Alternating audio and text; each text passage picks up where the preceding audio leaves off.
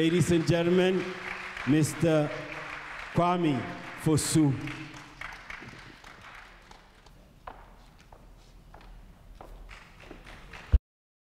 It's really a pleasure to be here today, and I heard about this wonderful organization called PAM.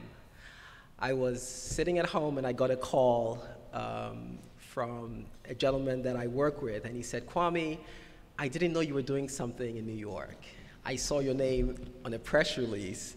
What are you doing that you didn't tell me about?" And I said, "No, I'm not." And he said, so he sent me a link to PAM, and there was Kwame Fosu's name, the same name as me.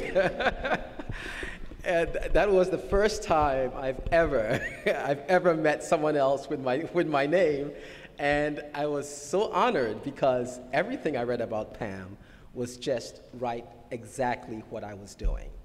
And they were so gracious. Where's Kofi Kranting? They were so gracious to invite me today on a very short notice to speak at this event. And everything that PAM is doing to reduce corruption, to create and put transformative leadership into place is essential. And it's essential for progress. And that's the name of this wonderful organization. But before I speak on specific issues, I think it's important that we talk about a little bit of history. And as we're here in the Riverside Church, it's a very important church because this is where the civil rights movement happened. It is part of a very deep spiritual soul. This is where Martin Luther King spoke. This is where Nelson Mandela spoke. This is where people of extraordinary spirit have talked to the masses and to educate us. So it's essential that we talk about the history of why Martin Luther King had to speak in a church like this to free his people. The history of slavery, I want to compare this to what's going on in Ghana because I believe if African Americans, black people, Negroes, as Congressman Rangel said, all the different names they have been given, colored, at one point nigger, we were called nigger at one point. If they, going through slavery, have been able to reach the highest levels of politics, the highest levels of society, there is hope for Ghana. Because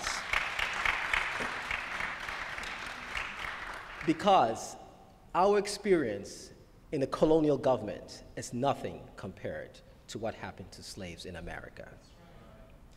From 1619 to 1865, Africans, my ancestors, sold us into slavery to the United States.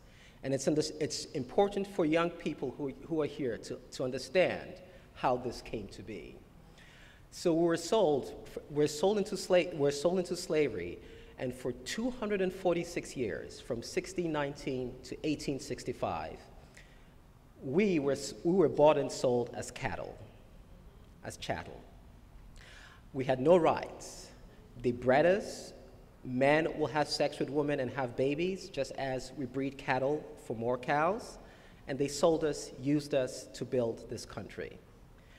In 1865, they decided to emancipate us, quote unquote. But it was emancipation without a plan. So from 1865 to 1964, when the civil rights movement started, for that period of 100 years. So you have 246 years of abject slavery, cruelty, the dehumanization of human beings. No dignity, no life, you own nothing. And for the next 100 years, they claim that you're free. 1865, the Emancipation Declaration from 1865 to 1964 for a period of 100 years. In that period of 100 years, they told us we were free. But we were not. We were not free. They lynched us. They beat us down when we had to go to school. They refused for us to drink from the same water coolers. they refused for us to sit in a restaurant at the same table. So there was no real freedom. We were still slaves, except now we could actually not work in the plantation if we didn't want to. That's the only difference between the real slavery for 246 years and from 1865 to 1964. So that's 346 years of African Americans, black people, Negroes, struggling for emancipation. And then something happens. In 1963, a gentleman called John F. Kennedy is assassinated on November 22nd, 1963. He's shot down. And we get a new president called Lyndon B. Johnson. Lyndon B. Johnson becomes president at a time when the civil rights movement has just started. And this is where the connection happens. Martin Luther King was then a leading civil rights orator and also organizer. And at that time, Lyndon B. Johnson takes advantage of John F. Kennedy's death to pass the Civil Rights Bill. So the Civil Rights Bill is passed, I believe it was in August 1964. The Civil Rights Bill, which is similar. The reason why I mentioned that, March 6, 1957, Ghana gained its independence.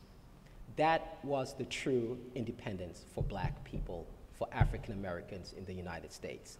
The Civil Rights Bill in 1964 was the independence of African Americans.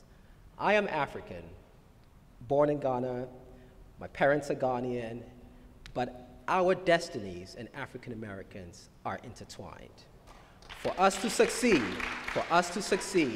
we have to understand the African American experience and honor the dignity and pain that African Americans went through. Learn from that, learn to organize, and then use the same policies that they fought for to change laws for them for our success. And I believe Pam is on that level and is going to succeed in that direction. So in 1964, they passed the Civil Rights Act. And that eliminates discrimination. It allows you and I to buy homes in any neighborhood we want. It allows us to go to any school. It allows us to have jobs where we want to work. And it progresses on. But in 1968, the US government made sure it killed every single leader that was fighting for black people. 1963, JFK was gunned down.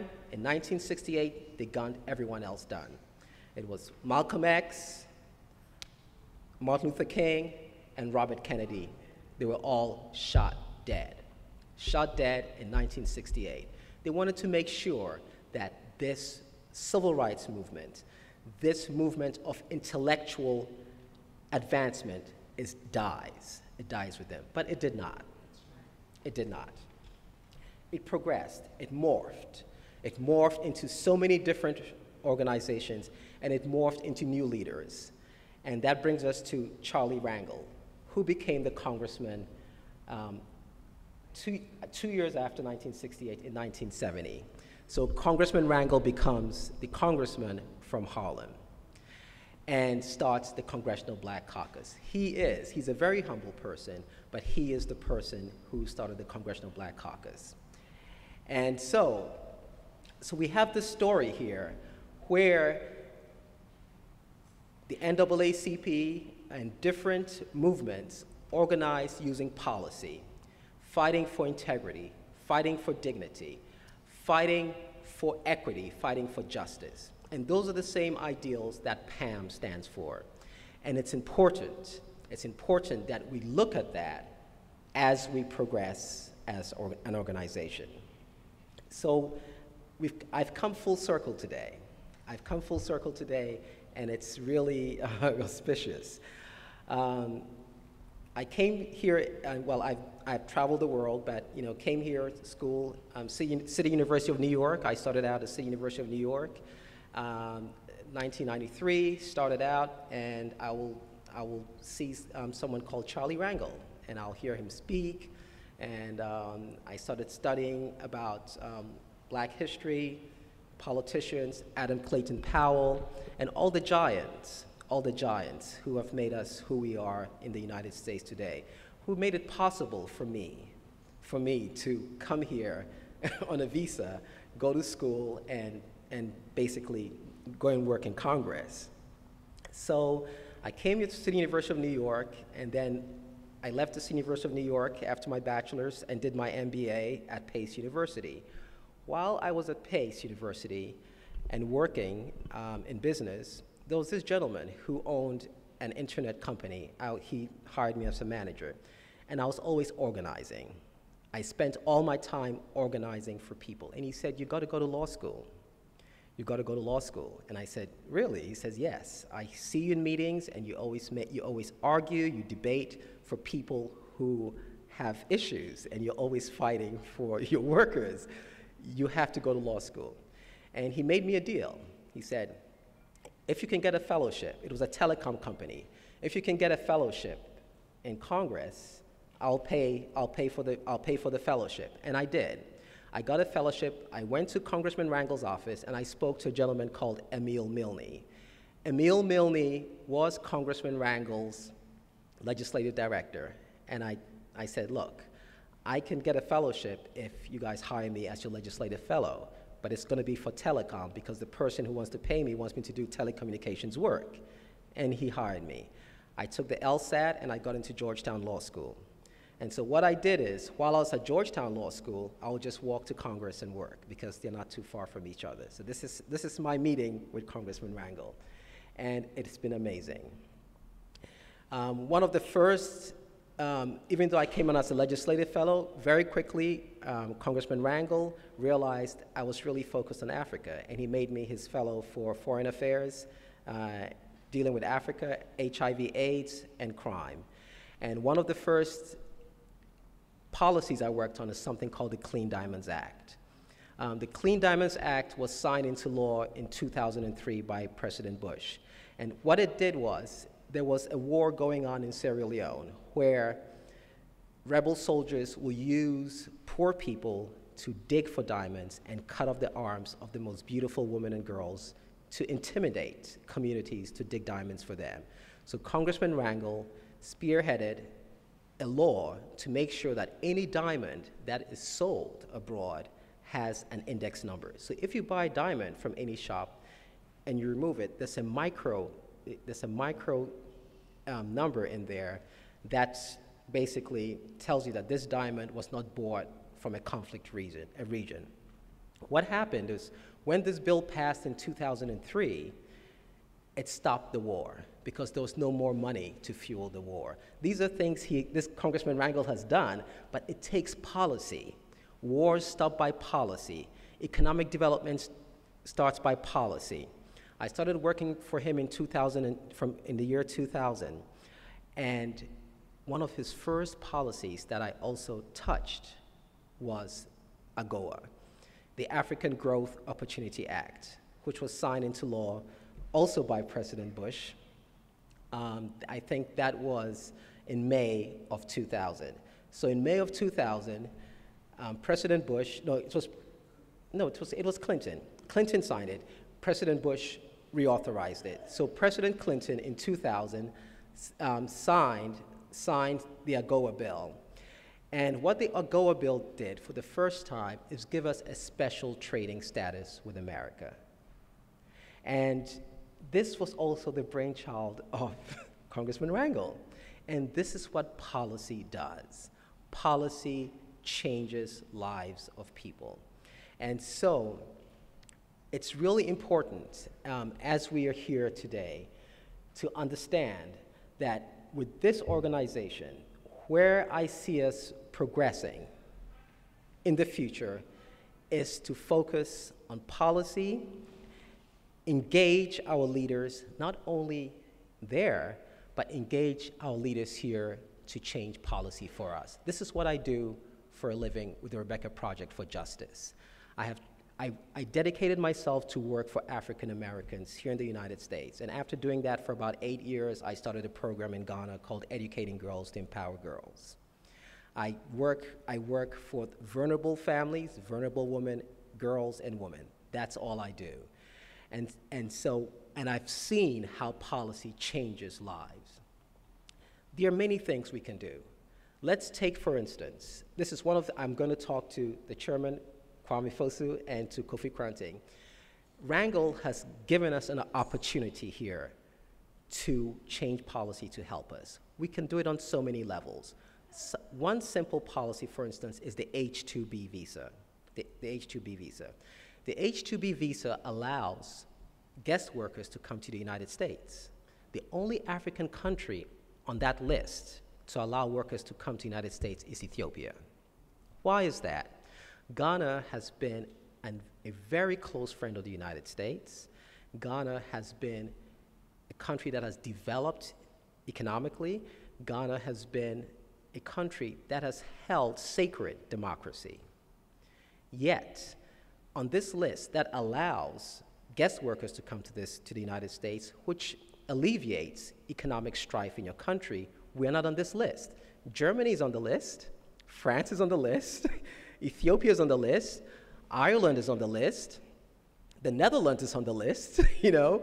Why is everyone else on the list and the only African country is Ethiopia, but why are we not on the list? It's not because they don't want us to be on the list, but it's because nobody has asked to be on the list.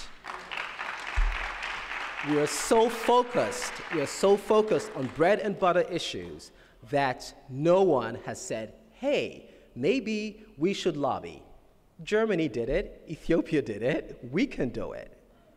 And I have started lobbying for that. Because what happens is this. When the gold mines in Obuasi, you know it's closing down. 6,500 workers are going to be out of work. And if that happened in Ireland, what they'll do is they'll send guest workers over here. If that happened in Ethiopia, that's why you see so many Ethiopians in Washington, D.C. and everywhere else. When it happens to Ghana, what happens? They're on the street peddling, selling, whistles and so on and so forth.